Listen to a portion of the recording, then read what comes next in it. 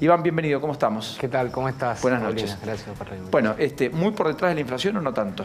Sí, muy por detrás, y esto denota que la recesión ya va a hacer estragos en materia fiscal y compromete mucho la recaudación del año siguiente. Realmente la recesión que estamos viviendo hoy se está traduciendo en una menor recaudación en impuestos que tienen que ver con la actividad económica. Es decir, que el impuesto al cheque haya bajado tiene que ver con el movimiento de la economía y no con cuestiones relacionadas con las ventas. Recordemos que justamente lo criticable de ese impuesto es que no está atado a ninguna manifestación de capacidad contributiva concreta, sino que justamente funciona de manera independiente a partir de los flujos de dinero, y que se haya recaudado por debajo de la inflación en función a lo que se recaudaba hasta el año pasado, tiene que ver justamente con que la recesión se está haciendo notar.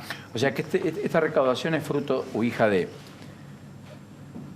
una merma en el nivel de actividad económica, más probablemente la pérdida y destrucción de empleo, que justifica la caída en el nivel de ingreso en términos relativos al sistema de seguridad social, y algunas modificaciones impositivas que le quitaron al Estado capacidad de recaudación, como la rebaja cero en el IVA a los alimentos de primera necesidad, o en su defecto la modificación en el impuesto a las ganancias, ¿correcto? Sí, exacto. Entraron en vigencia las modificaciones que en la reforma tributaria se empezaban a generar a partir de los ejercicios iniciados en el 1 de enero del 2018, por lo tanto, recién para determinados cierres de ejercicio comercial que se da ahora para lo que es la recaudación del impuesto a las ganancias, recién es el primer año en el que se produce esta baja. Por lo tanto, desde ese lugar se puede justificar esa menos recaudación, pero lo que sí está en manifiesto es que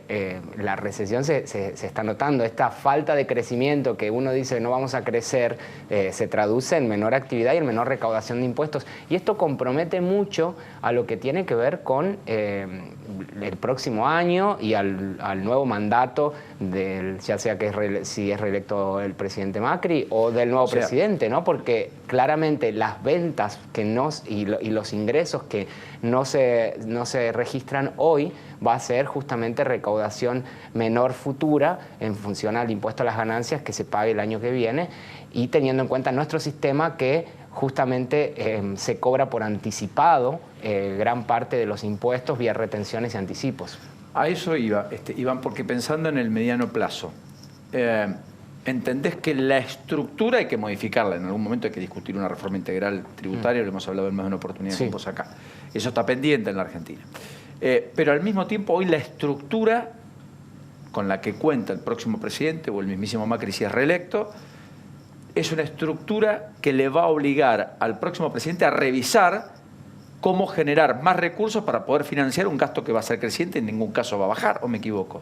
Sí, o sea, se va a tener que revisar todo, porque claramente el sistema bajo el cual hasta ahora se viene recaudando es totalmente anacrónico con la realidad que estamos viviendo, y a su vez con esto que se estaba hablando. O sea, nuestros competidores tienen, que son los países de la región, tienen sistemas tributarios que justamente tienden a la baja. Brasil está discutiendo ahora su reforma fiscal con un montón de modificaciones y que justamente va a competir con nosotros en cuál país es más barato para que puedan venir a hacer inversiones, ¿no? Además de las cuestiones cambiarias que tienen que ver con el cepo y que eso restringe el flujo de inversiones. Ahora, hoy Macri anunció hizo una promesa respecto a, si gana, que el monotributo, el salto al responsable inscrito no va a ser como es en la actualidad. ¿Usted cree que hay una posibilidad de un camino intermedio en ese aspecto? Sí. Que en caso de ser electo Alberto Fernández tiene que hacer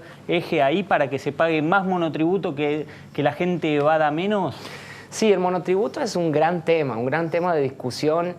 Hay muchísima gente dentro del régimen fue un régimen súper exitoso respecto a la formalización de la economía, pero claramente hay contribuyentes que hoy por hoy se encuentran solapados dentro de ese régimen y no deberían estar ahí, deberían estar en el régimen general.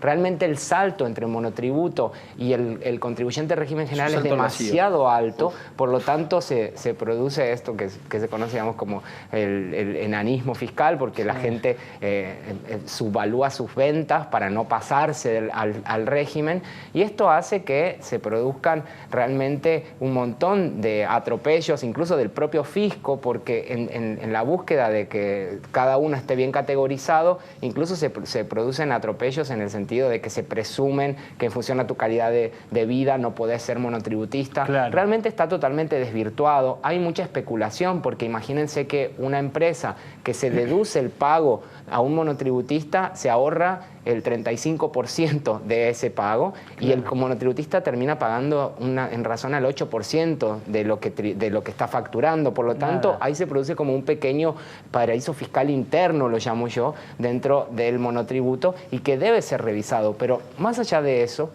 el problema que tenemos hoy por hoy es que la recaudación va de la mano de los ciclos económicos. Claro. Y en un ciclo económico recesivo, con poca visión de que esto mejore en el corto plazo, van a estar comprometidos los recursos del año próximo.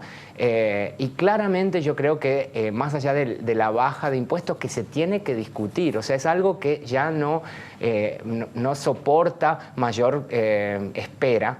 Se tiene que discutir el problema del gasto, ¿no? Hace pocas semanas trascendió el costo político que implica mantener un diputado o un senador en nuestro país en relación con lo que cuesta en otros países. Esto trascendió en los medios, y claramente es una discusión que todo el mundo está evitando y que claramente debe ser abordado, porque no hay más plata de dónde sacar. Al contribuyente ya no se le puede cobrar un peso más de ningún lado. Yo respecto, hay una placa que a mí me impactó en el diario Perfil el fin de semana. No sé si la tenemos por ahí, que tiene que ver con los programas sociales y los alcances, porque en algún momento hay que ponerlo también en discusión, saber cuál es el nivel de contraprestación y demás. Fíjense, lo que tenemos son Qué locura. Planes aquí, allá, etcétera. Hay más de 20 millones de pagos que hace el Estado. 20 millones. ¿Bien? Para una sociedad en donde 8 millones pagamos los impuestos. Sí. ¿Se entiende? 8 millones pagan, 20 millones cobran. El que cobra siempre se queja, le falta, y siempre quisiera cobrar más, no hay duda. Y el que paga se queja porque paga mucho, porque justamente no pagamos todos los que tenemos que pagar.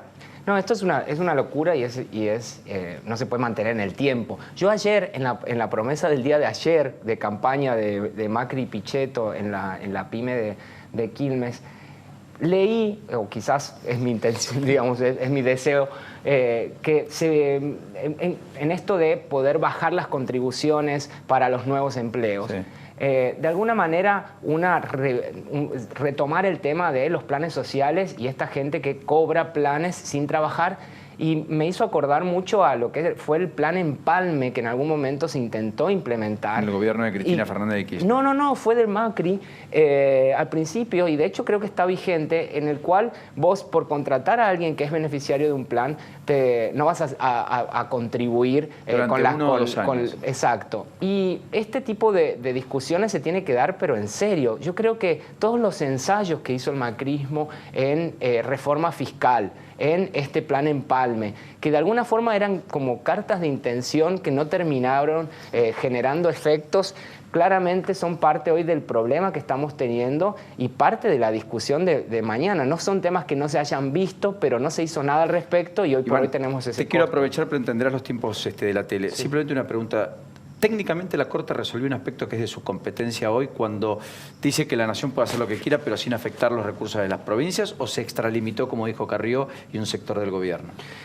Desde el punto de vista de la medida cautelar, asumió la competencia que le corresponde, federal, y se expidió. Yo creo que esto es un fallo más político que jurídico, y ahí es donde me preocupa. Soy muy crítico de esto, porque la Corte hace muy poco tiempo se expidió sobre un criterio nuevo en materia fiscal, que era el de la vulnerabilidad. Y si no se acepta una baja de impuestos, teniendo en cuenta la vulnerabilidad que estamos viviendo hoy y en el grado de pobreza en el que estamos, siendo cómplices de prácticamente toda la dirigencia política de los gobernadores que no pueden bajar impuestos y no cumplen sus pactos, realmente creo que estamos en un problema y soy muy crítico de esa medida cautelar que no solo afecta al gobierno que va a terminar su mandato el 10 de diciembre, sí, o sea reelecto o no, sino que afecta al resto del país, porque aparte lo que está haciendo es convalidando que una baja de impuestos debe pasar por una cantidad de burocracias que claramente no está a la altura de las circunstancias de la realidad y no sé qué realidad viven, porque aparte que los jueces de la Corte que no pagan impuesto a las ganancias digan que el resto de los ciudadanos sigamos pagando el impuesto más regresivo que hay en el sistema, que es el impuesto al valor agregado, incluso sobre la canasta de alimentos para una pobreza cercana al 50%. Bien, pero hay una competencia original que es del Congreso de discusión de impuestos, si no cualquier presidente por impuestos podría determinar lo que se le plazca. El gobierno ha hecho un decreto de necesidad de urgencia, pero urgido por la circunstancia electoral, no por la necesidad y la urgencia de los pobres. ¿Me explico lo que quiero marcar? Sí. O sea, el tema jurídico en este punto se podría haber expedido respecto a dejar en stand-by hasta tanto pueda ser convalidado por el Congreso, como lo hizo en muchos otros casos. Por ejemplo, el Fondo Sojero. Exacto, el Fondo Sojero también lo hizo respecto al fallo del impuesto a las ganancias para esta jubilada, que justamente dice, hasta tanto en el Congreso no saque un nuevo impuesto que tenga en cuenta la vulnerabilidad de esta franja etaria, este impuesto es inconstitucional. No hizo nada de eso y dejó unos antecedentes nefastos y terribles para el futuro.